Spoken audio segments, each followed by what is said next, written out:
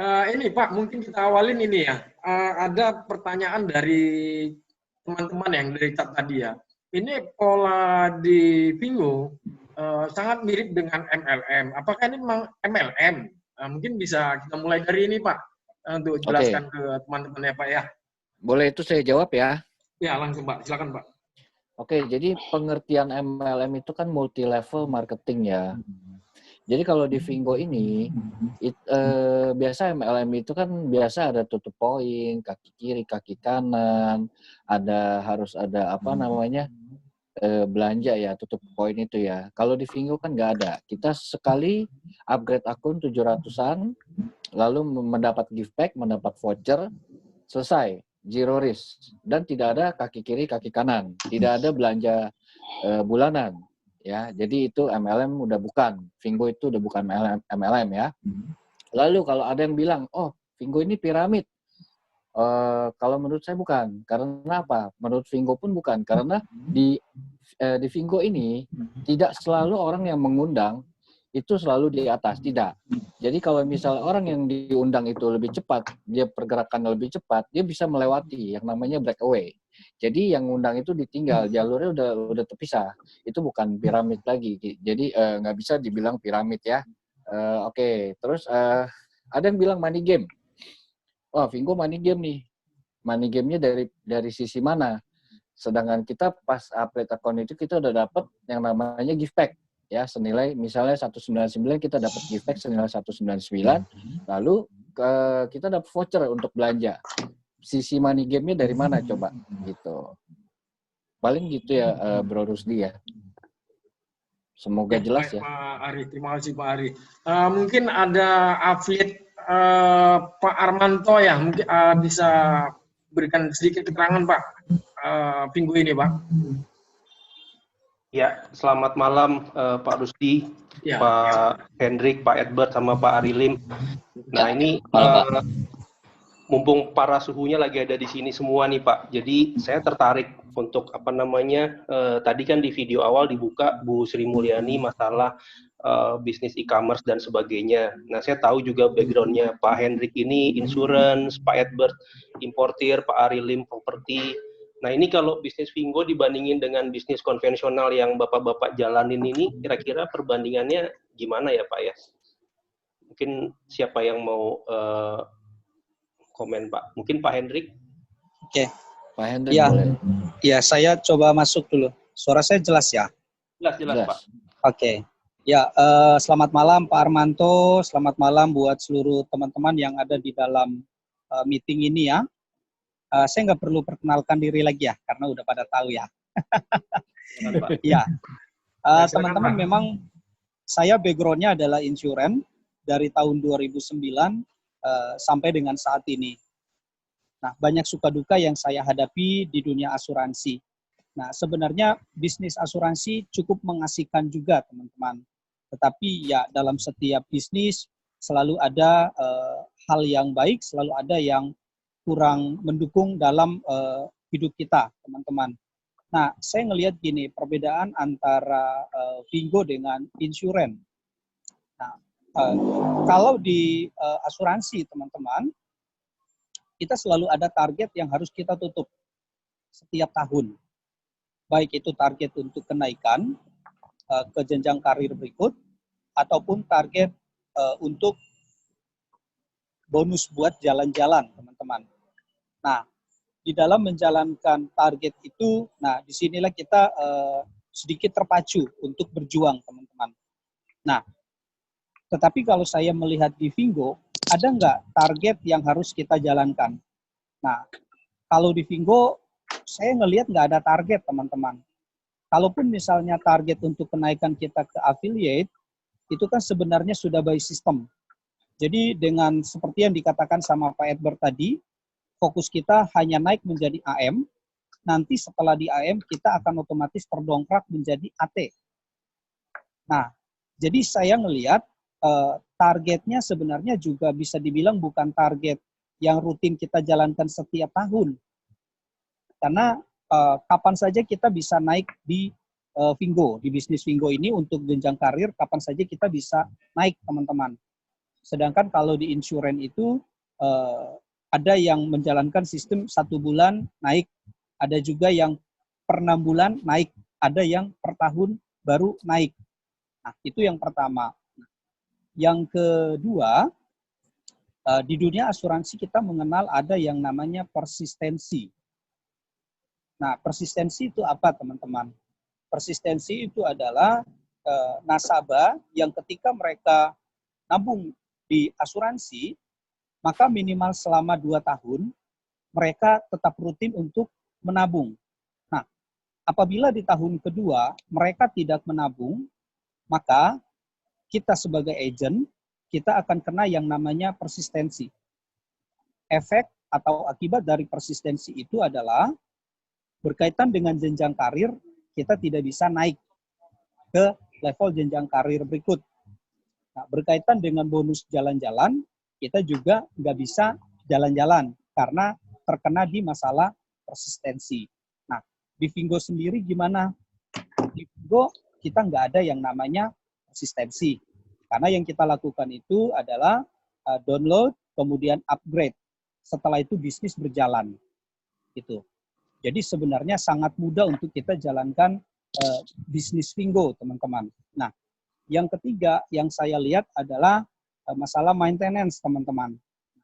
Kalau di Fingo rasa-rasanya kita maintenance terhadap shopper nggak ada ya. Karena shopper kan mereka bebas. Mau belanja kapan saja, mau belanja apa saja, mereka nggak perlu info ke kita, teman-teman. Mungkin kalau di Fingo maintenance kita itu hanya kepada tim.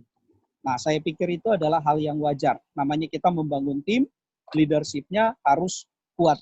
Nah, maintenance kepada tim di Fingo juga sebenarnya nggak sulit kok.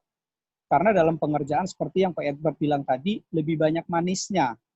Yang sulit itu ketika kita punya tim yang gaptek. Mereka nggak bisa untuk upgrade. Nah, itu aja yang perlu kita bantu ke mereka. Kalau jenjang karir, saya rasa nggak terlalu sulit untuk mereka menjelaskan. Gitu. Nah, sedangkan kalau di insurance sendiri, maintenance terhadap tim itu harus continue kita lakukan, teman-teman. Gitu. Nah, ini yang memang cukup rumit ya, menurut saya. Gitu. Nah, tetapi saya melihat begini, bisa nggak kita gabungkan buat teman-teman yang hari ini ada di dunia asuransi, yang masih aktif di dunia asuransi, bisa nggak berjalan beriringan antara Fingo dengan asuransi? Nah, saya bilang sangat bisa. Kenapa? Saya ambil contoh begini, teman-teman. Nah, salah satu kendala yang sering dihadapi oleh agen asuransi adalah ketika nasabah tidak mampu lagi membayar premi di tahun kedua. Nah, akibatnya adalah si agen tersebut akan mengalami persistensi. Nah, sebenarnya yang bisa kita lakukan adalah kita bisa mendekati kepada nasabah kita bisa kasih bisnis Fingo kepada dia. Kita bisa kasih solusi. Karena kan biasanya nasabah itu nggak bisa bayar, faktor utama karena faktor keuangan. Jadi kalau misalnya dia faktornya adalah keuangan, nah kita kasih solusi. Kita datangi nasabah, lalu kita bilang, Ibu, ini ada bisnis bagus, biayanya sangat murah, Ibu bisa jalankan ini bisnisnya di mana saja, kapan saja. Dengan bisnis ini berjalan, Ibu bisa membayar premi.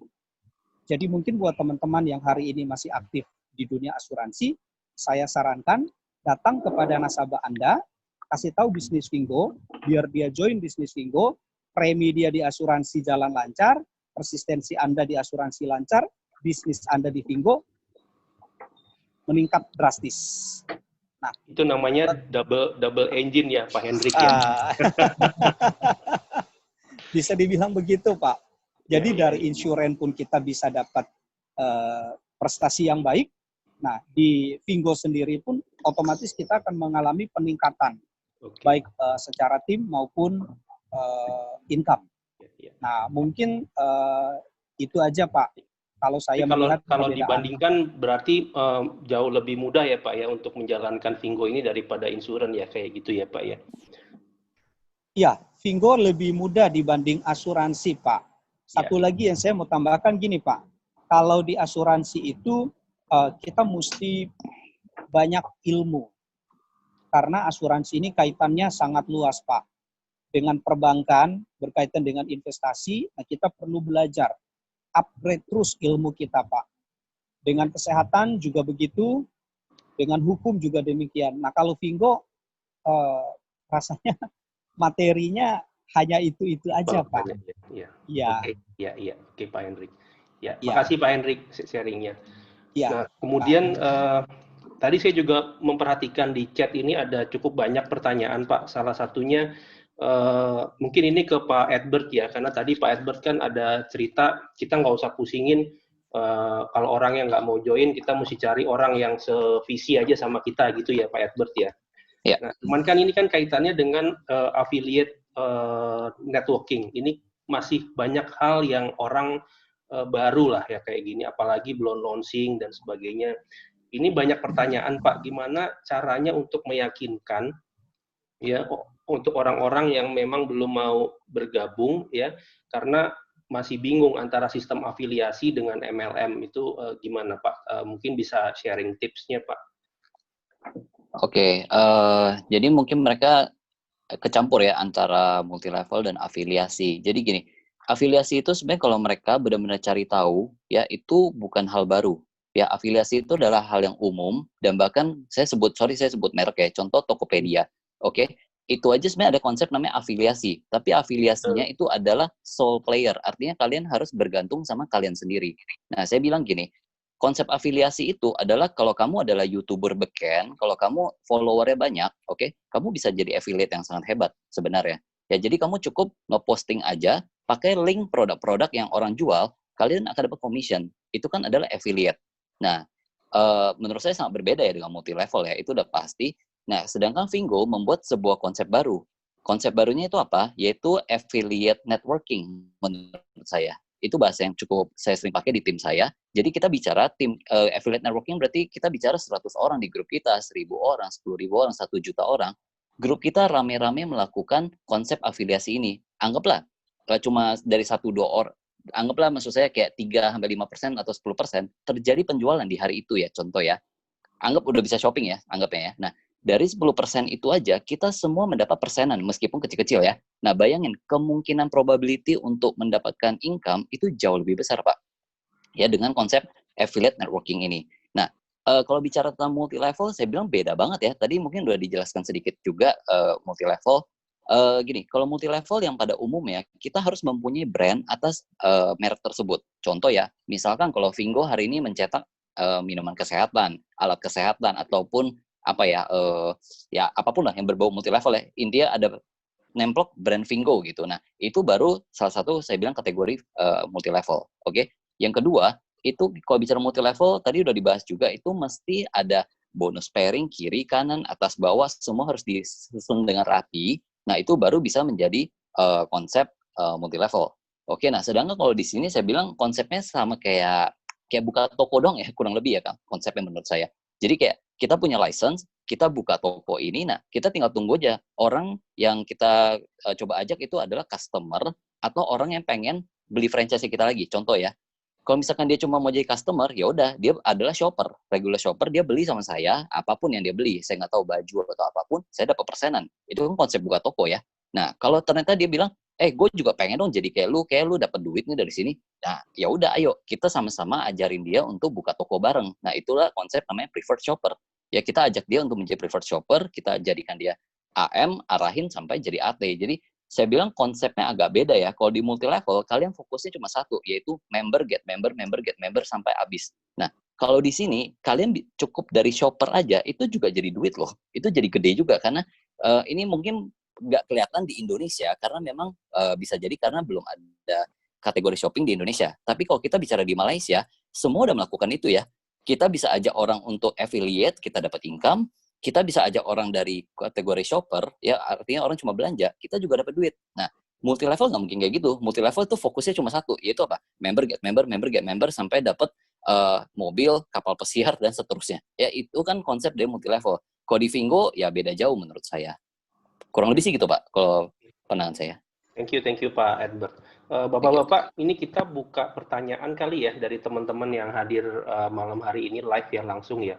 Saya lihat ada Pak Niko yang raise hand, mungkin mau tanya sesuatu Pak Niko. Silakan Pak. Ya, selamat malam Pak. Malam. Ya, Selamat malam semuanya.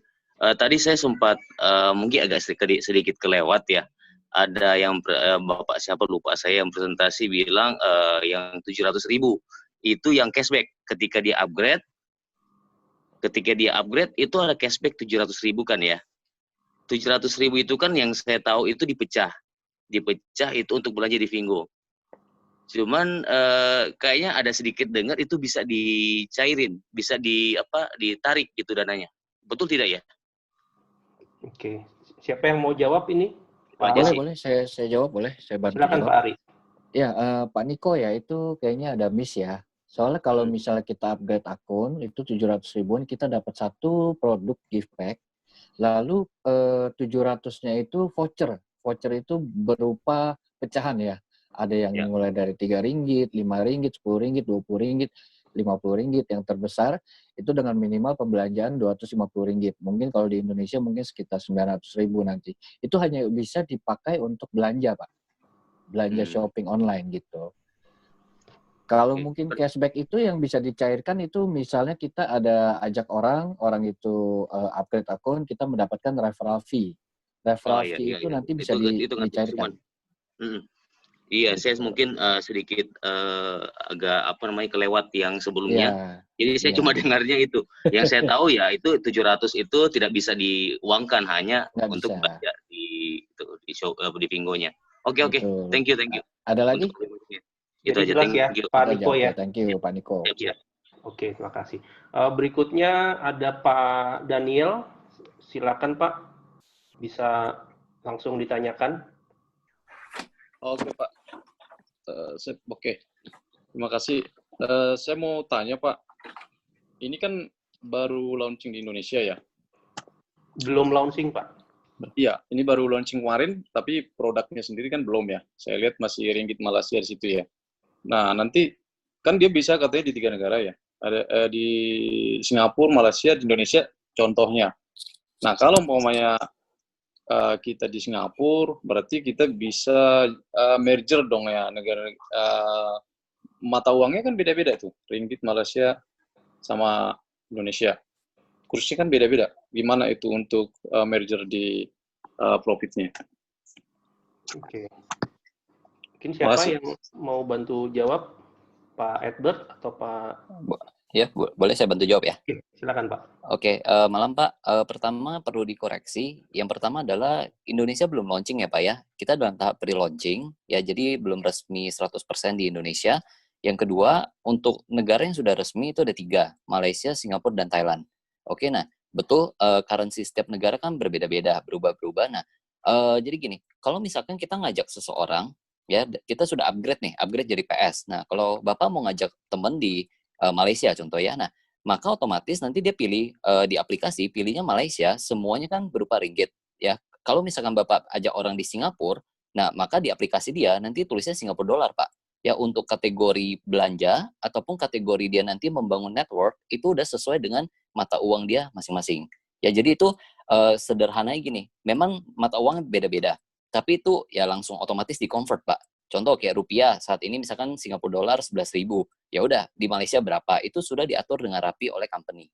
Ya jadi itu otomatis, dan bahkan kabar baiknya ini bukan cuma 3-4 negara Pak, karena ini akan semakin expand dan semakin besar. Jadi sekali lagi ini bisnis yang super besar dan ini bisnis multinasional. Ya jadi saya bilang kita-kita yang baru masuk di Indonesia ini kabar baiknya adalah kita pioneer banget Pak. Ya kita benar-benar mempunyai kesempatan untuk gedein market ini habis-habisan. Seperti itu Pak. Cukup menjawab ya, kalau enggak nanti saya lanjut lagi. Jelas Pak Daniel? Jadi itu otomatis dari sistem semua Pak, Bapak nggak usah pusingin, nanti akan dikonversi langsung ke rupiah, seperti itu Pak. Oke ya Pak, sip. Oke, kita masih punya waktu Pak Rusdi, apa gimana Pak? Iya Pak, kalau waktu kita sudah di ujung ya, mungkin Pak Armanto bisa bantu untuk mungkin satu pertanyaan boleh ya Pak ya? Saya boleh Pak. Oke, satu pertanyaan lagi nih yang terakhir tadi ada Pak Hengki, bisa silakan Pak.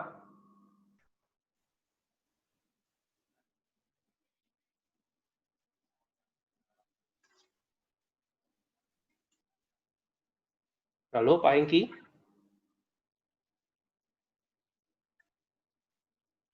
Oke, atau Pak Irwan? Silakan Pak Irwan. Halo, Pak Irwan.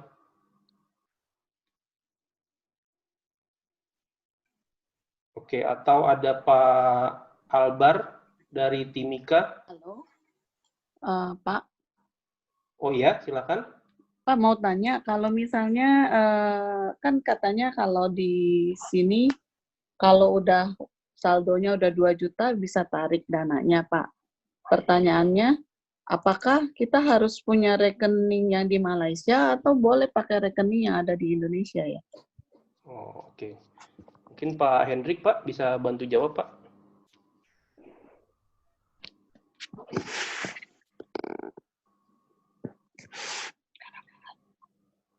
Justru disuruh ini. Hah?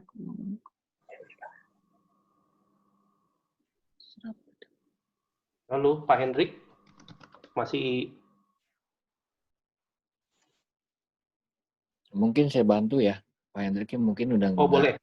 Ya, mungkin Oke, lagi... dengan Ibu siapa ya Ibu ya? Gini Bu, itu kan sekarang jadi saya cerita sedikit ya. Kalau misal waktu dulu pas bulan-bulan sebelum Maret itu kita kalau withdraw itu harus pakai rekening Bank Malaysia.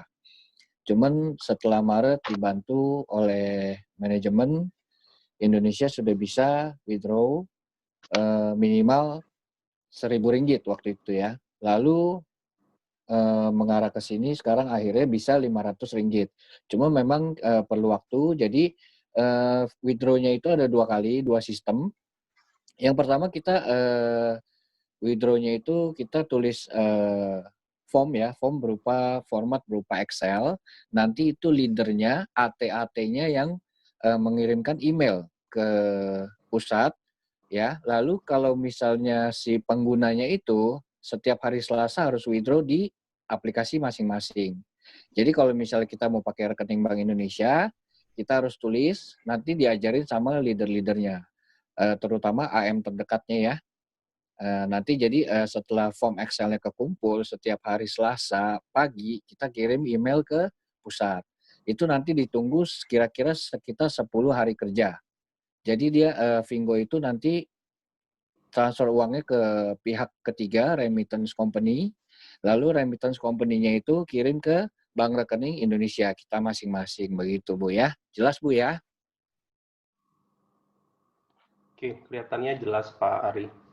Oke.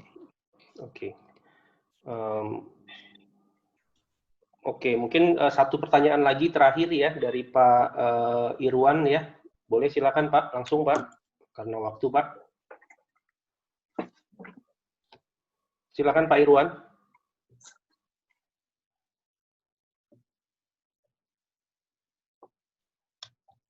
Halo Pak Irwan. Pak Irwan bukannya tadi udah ya Bro? Belum, nggak bisa masuk tadi. Oke, Bapak atau Ibu Bintang ya, Bintang Pardosi, silakan.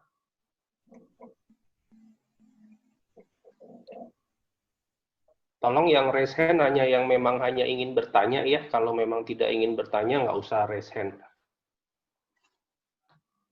Oke, kelihatannya sudah nggak ada Pak Rusdi, mungkin kita bisa closing untuk acara malam hari ini. Iya, baik Pak Armanto. Dibantukan ya Pak Armanto untuk summary dan closing-nya ya. Mungkin di waktu kita pun udah mendekati di jam 10. Mungkin udah saatnya kita closing Pak. Ya, dipersilakan Pak Armanto. Oke, terima kasih. Teman-teman, terima kasih masih stay sampai malam hari ini, sampai hampir jam 10, luar biasa. Masih ada 300 orang yang ada di Zoom meeting kita malam hari ini. Jadi, tadi kita sudah dengerin presentasi dari Pak Heri, terus kemudian tadi juga ada counter-counter tentang berita-berita yang kurang pas tentang Vingo, itu juga sudah disampaikan oleh Pak Heri. Mudah-mudahan itu bisa membantu teman-teman yang saat ini sudah PS untuk bisa menjelaskan kepada calon-calon PS-nya. Terus kemudian tadi dari testimoni ada Kak Vanes, terus kemudian ada Pak Edward dan Pak Rudi di Binjai. Yang bisa saya summary-in adalah kita nggak usah terlalu maksa ya. Jadi kita sebagai PS atau yang mengundang itu hanya sifatnya memberikan informasi, sharing informasi aja, dan ya kita tidak usah memaksa-maksa orang untuk bergabung ya, karena kayak saya tadi tertarik dengan testimoninya dari Kak Vanes ya, yang bilang bahwa dengan hanya posting-posting berita-berita tentang Vingo secara rutin aja, akhirnya orang jadi tertarik sendiri tanpa harus kita capek-capek berbusa-busa tawarin orang untuk gabung gitu ya. Jadi pesan saya tips-tips seperti itu bisa diikuti kalau bagi teman-teman yang mungkin masih merasa baper, baru nawarin sekali, 2 kali udah ditolak dan sebagainya kayak gitu. Dan kemudian tadi dari sisi dari acara talk show kita juga mendapatkan banyak insight ya dari Pak Edward, dari Pak Hendrik, terus kemudian dari Pak Ari Lim yang memang sudah praktisi di dunia bisnisnya masing-masing sebelumnya, tapi tetap tertarik untuk menjalankan Vingo karena ya dirasa lebih mudah dan menghasilkan, kenapa tidak seperti itu. Jadi ya mungkin untuk teman-teman Bapak Ibu yang masih ragu untuk bergabung dengan Vingo, ya mudah-mudahan malam ini setelah mendengar acara ini, menonton acara ini bisa langsung menghubungi pengundangnya untuk langsung upgrade. Nah, jadi karena informasi itu penting sekali Bapak Ibu teman-teman, malam ini Anda sudah mendapatkan informasi tersebut, nah tinggal Anda lah yang akan menentukan apakah Anda mau diem aja atau Anda mau action untuk merubah hidup Anda. Oke, mungkin itu aja Pak Rusdi dari saya, mungkin saya kembalikan ke Pak Rusdi.